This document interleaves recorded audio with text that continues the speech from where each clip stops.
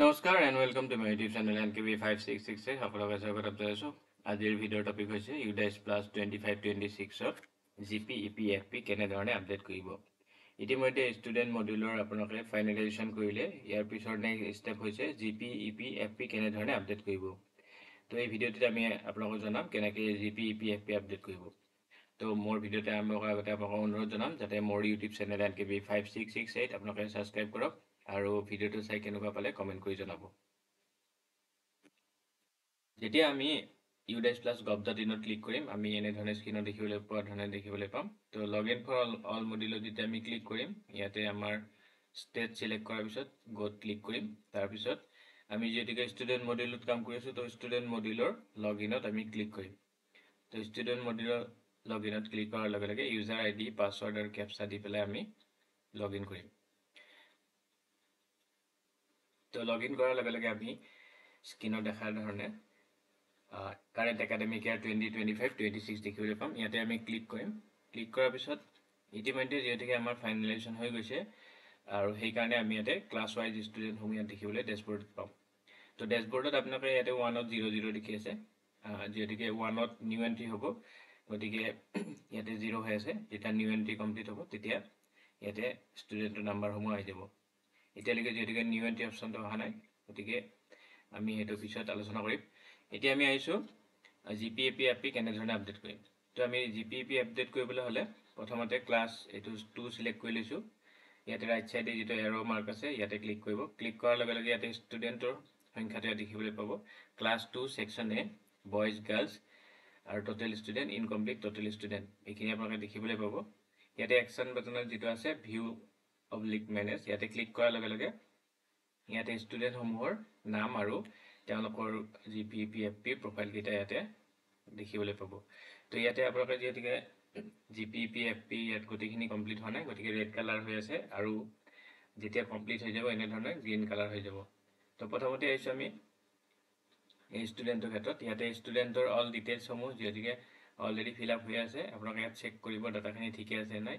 যদি ঠিকে আছে তাৰপিছত আপোনালোকে ইয়াতে সেভ বাটনত ক্লিক কৰিব। সেভ বাটনত ক্লিক কৰাৰ লগে লগে ইয়াতে জেনেৰেল ডাটা আপডেট ছাকচেছফুলি আহি যাব। ক্লোজ কৰিব। নেক্সট বাটনত ক্লিক কৰিব। ইয়াৰ পিছত আপোনালোকে ইয়াতে ষ্টুডেণ্টৰ যি এনৰলমেণ্ট প্ৰফাইল ইয়াত দেখিবলৈ পাব। ষ্টুডেণ্টৰ admission number date of admission class oblique section roll number ইয়াতে দিব পাৰিব। এইটো অপশ্যনেল হয়। তাৰপিছত আপোনালোকে ইয়াত যিখিনি ডাটা আছে সেইখিনি দিব পাৰিব। ইয়াতে ষ্টুডেণ্টৰ যি পাৰ্চেণ্টেজ আছিলে যোৱা বছৰ তেওঁলোকে এক্সামত এপিয়াৰ কৰা পাৰ্চেণ্টেজ আৰু number of days attend school ইয়াতে দেখিছে অলৰেডি আহি গৈছে যিহেতু আপোনালোকে সেইখিনি আগতে ফিল আপ কৰিছিলে। এতিয়া যদি এইখিনি আপডেট কৰিব বিচাৰে এইখিনি আপডেট কৰিব পাৰিব। তাৰপিছত যদি ডাটাখিনি ঠিকে আছে তাৰপিছত ইয়াতে সেভ বাটনত ক্লিক কৰিব। Enrolment data save successfully. তাৰপিছত লাষ্ট আহিলে ফেচিলিটি প্ৰফাইল FP। তো FPত আপোনালোকে ষ্টুডেণ্টৰ যি ফেচিলিটি পাইছে ফ্ৰী টেক্সট বুক ইউনিফৰ্ম সেইখিনি যি পাইছে সেইখিনি ইয়াতে চেক কৰি দিব। চেক বক্সত ক্লিক কৰিব। তাৰপিছত facilities provided to the student CWSN।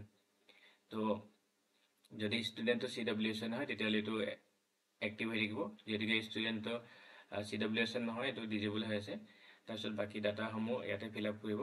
ষ্টুডেণ্টৰ হাইট ৱেইট আছে সেইটো দিব পাৰিব।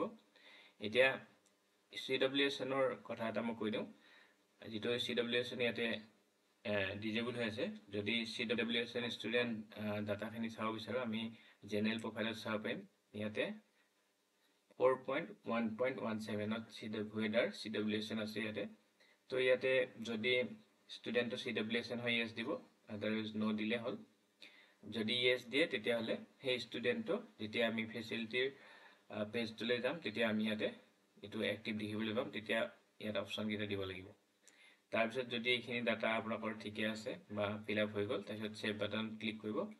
কৰাৰ পিছত নেক্সট যিটো ফাইনেল পেজ আহিব আপোনালোকে যি যি ডাটা ভৰালে এইখিনি ইয়াতে চাবলৈ পাৰিব। তো এইখিনি ডাটা আপোনালোকে যদি ঠিকে আছে কমপ্লিট ডাটাত ক্লিক কৰিব। তো কমপ্লিট ডাটাত ক্লিক কৰাৰ পিছত ইয়াতে ষ্টুডেণ্টৰ প্ৰফাইলটো কমপ্লিট হৈ গ'ল। তো এনেধৰণে ক্লাছ ৱাইজ আপোনালোকে কমপ্লিট হোৱাৰ পিছত আপোনালোকে নেক্সট ক্লাছত যাব পাৰিব। যেতিয়া কমপ্লিট হৈ যাব এইখিনি ৰেড কালাৰবিলাক গ্ৰীণ হৈ যাব। আৰু নেক্সট ক্লাছত যাবলৈ হ'লে আপোনালোকে ইয়াতে ক্লাছটো চিলেক্ট কৰি ল'ব পাৰিব 3, 4, 5 নহ'লে আপোনালোকে বেক কৰি পেলাই আপোনালোকে চাব পাৰিব।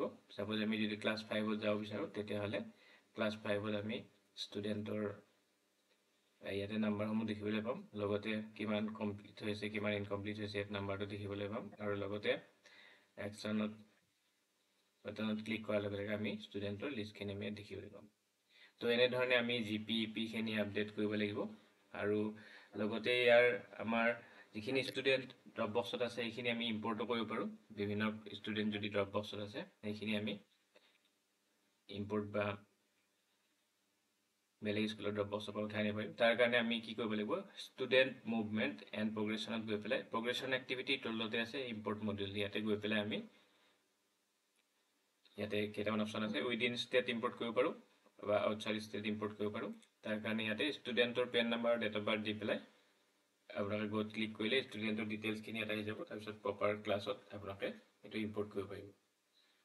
তো আজি যিহেতুকে ভিডিঅ'টি GPEPৰ ওপৰতে আছে গতিকে মই ইম্পৰ্টৰ বিষয়ে আগত ডিটেইলছত ক'ব বিচৰা নাই। তো আমি গম পালোঁ যে কেনেধৰণে আমি GPEPখিনি আপডেট কৰিব লাগিব। গতিকে মোৰ এনেধৰণৰ ইনফৰ্মেটিভ ভিডিঅ'সমূহ পাই থাকিবৰ কাৰণে মোৰ চেনেল NKB5668 আপোনালোকে ছাবস্ক্ৰাইব কৰিলে নাপাহৰিব। আৰু ভিডিঅ'টো চাই কেনেকুৱা পালে কমেণ্ট কৰি জনাব, বুজাত অসুবিধা পালেও কমেণ্ট কৰি জনাব, আপোনালোকক যিমান দূৰ পাৰোঁ সহায় কৰিবলৈ চেষ্টা কৰিম। গতিকে আজিলৈ ধন্যবাদ। জয় হিন্দ, বন্দে মাতৰম।